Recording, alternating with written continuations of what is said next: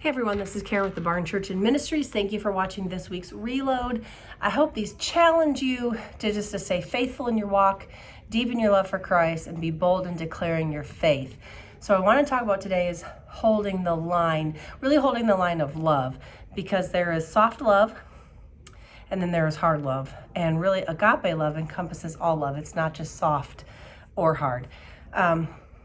Basically, we're in the midst of what's going to be the greatest harvest the church has ever seen, and radical people are going to come to church. And are we ready to receive them while defending biblical values? Because so many people want the church to be love only, but too often love only has turned into gospel light. We cannot be gospel light. We cannot be biblical value light. A lot of people will justify, they'll say, well, it's not murder, so sure, you can sleep with someone before you get married.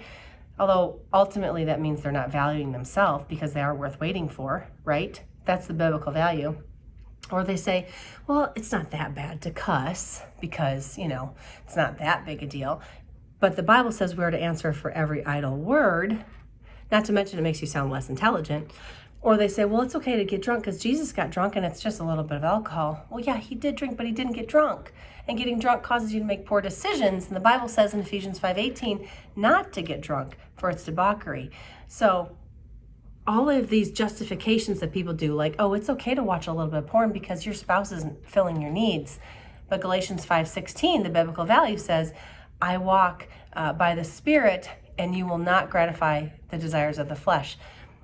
Too many justifications. There's a justification of it's okay to live your life as any way you want to, as long as you go to church on Sunday and you drop off that tithe. Or it's okay, don't be too passionate about Jesus because you don't want anybody to think that you're weird.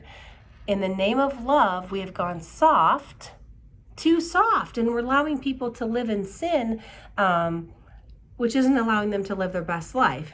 And then there's the opposite side, where people who have lived in sin and have come out of it are judged so harshly from the church that they're not even empowered to do anything. We knew a guy who was a recovered alcoholic and wasn't even allowed to start a life group where he was going to church because of his past, but he had been redeemed. Wasn't he redeemed, repented, turned his life around, redeemed? So we have these two extremes, and none of them really line up with the Bible. We have to love people, which means correcting them, which means holding them accountable to biblical values, but also loving them enough to empower them to do what God ordained them to do, what's already inside of them, in spite of their past. If they're repentant and they're not living that way anymore, they should be empowered to do what they're called to do. We shouldn't hold their past over them, because God doesn't do that. He erases it. It's off the whiteboard, right? So we have this soft love and this hard love, and these two cultures are clashing, and we just need to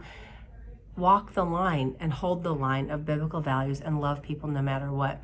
Remember, Jesus loved everybody that came to him, but he also premeditatedly made a whip and flipped the tables over in the temple with the money changers. So that's love.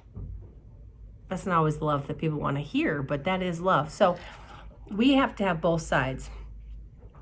We have to, for those that don't know Jesus, we have to love them to him, right? And for those that do love Jesus, we have to help them love people if they're too harsh on them, or if they're not harsh enough on them, right? There's a balance. So agape love enfolds both, all of the mushy, unconditional love, but also the discipline love, the hold the line love, the biblical value love.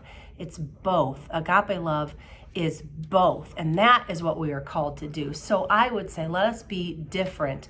Let us not be afraid to hold the line of biblical values, but also hold people's feet to the fire for the sin they may be living in, and love them through it all. There is a better way. There is a better way. It's a culture of honor. It's a better way. And I really am encouraging you and the church to begin letting people be who they are, who God created them to be, loving them to Jesus, and then empowering them when they're out of their sin.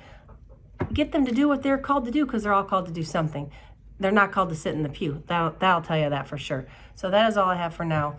Find us on social media, The Barn Ministries, Facebook, YouTube, Instagram, or our website is thebarn.church, and we'll see you next week. Hold the line.